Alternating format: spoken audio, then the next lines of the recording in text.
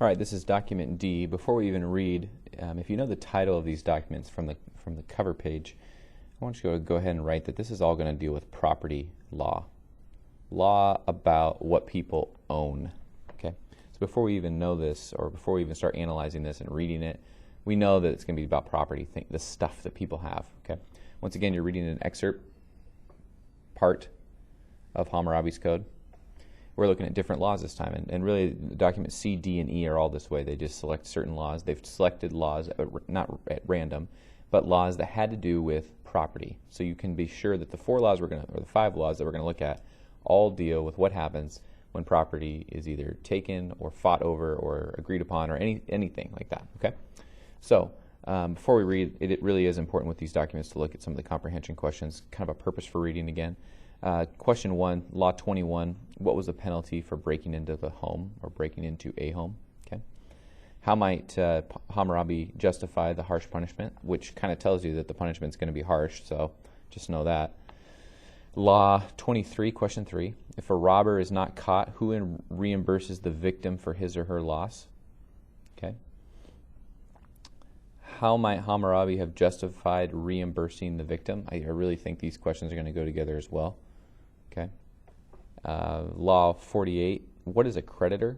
Is Law 48 fair to creditors? And finally, number 6, overall, are the laws regarding property just?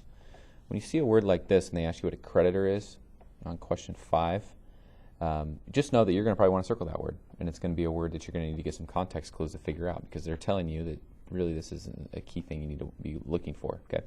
And one thing important to note, just because something's not in the questions, the comprehension questions, doesn't mean it's not important.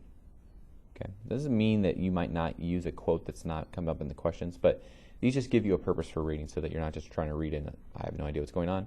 They get you to think a little bit. Okay. So that's kind of an important step. Let's go and read the document now.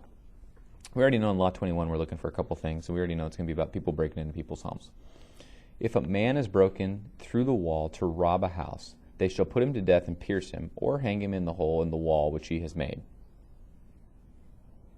I'm not sure that this even, if a man, this would be the robber,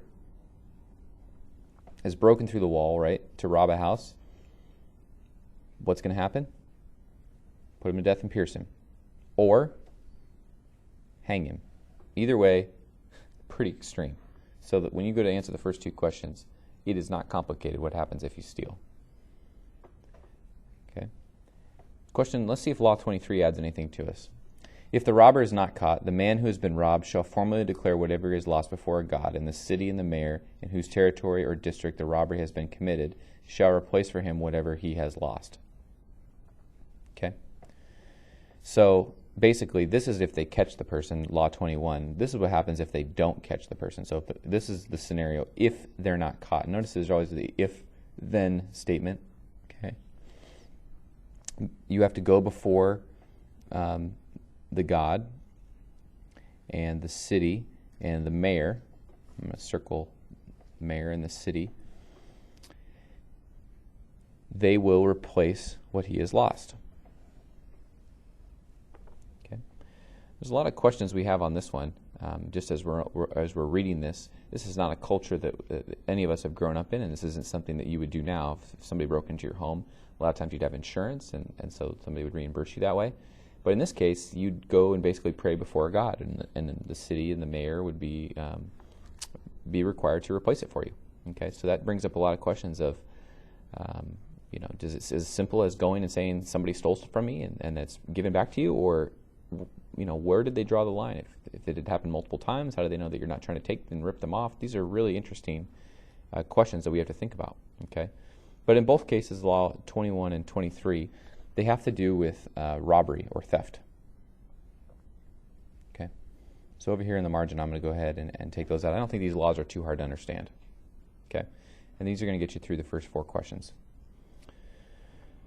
Law 48, if a man has borrowed money to plant his fields and a storm has flooded his field or carried away the crop, in that year he does not have to pay his creditor. And this is one of the words I think we're looking for in question 4. Looking to pay his creditor. If somebody's borrowed money, okay, this is where I want you to make a connection. If you borrow money, you borrow from a creditor. Okay? If the man hadn't borrowed money, if you have a lot of money to farm, you don't need to borrow money from anybody else to pay. And so when you make a profit, right, at the end of the harvest, when, let's say you borrowed $500 to grow something, and you make $1,000, well, you're going to first have to pay back the $500 and probably a little bit more in interest that you borrowed from somebody else. That person's called the creditor. So I might draw a little thing here is who you borrowed from.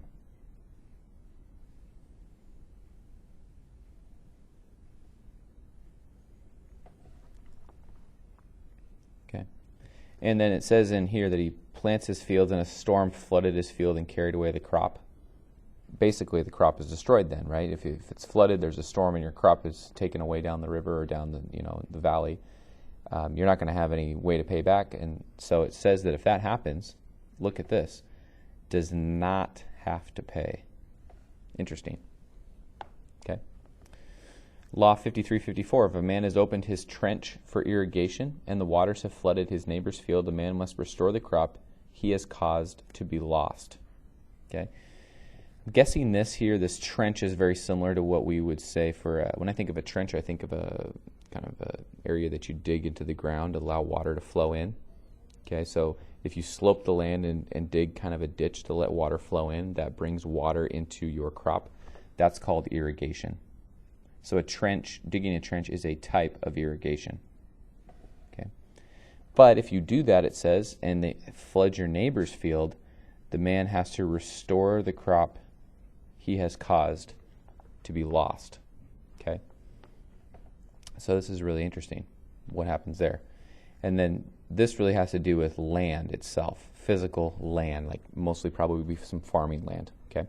So the first two laws have to do with robbery and theft. The second two down here with property have to do with actual land, how that works. So as you go through and answer these comprehension questions now, keep that in mind.